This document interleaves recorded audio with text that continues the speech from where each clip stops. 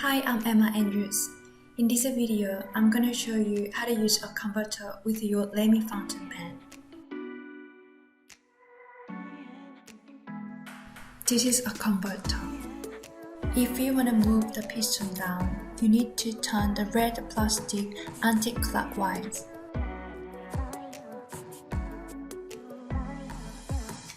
Let's unscrew it. You see an ink cartridge. Hold and pull it out. And insert your converter. Push it firmly but not too hard. Now we're gonna get to the ink. I'm using a sepia drawing ink. We're gonna dip this. Push the piston all the way down. Pick the piston all the way back up.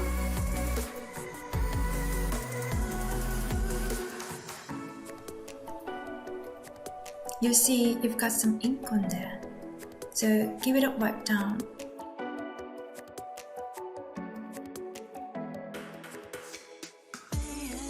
And then screw it back up.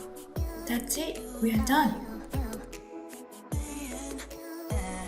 Using a converter is really easy, so give it a try and let me know how you got on.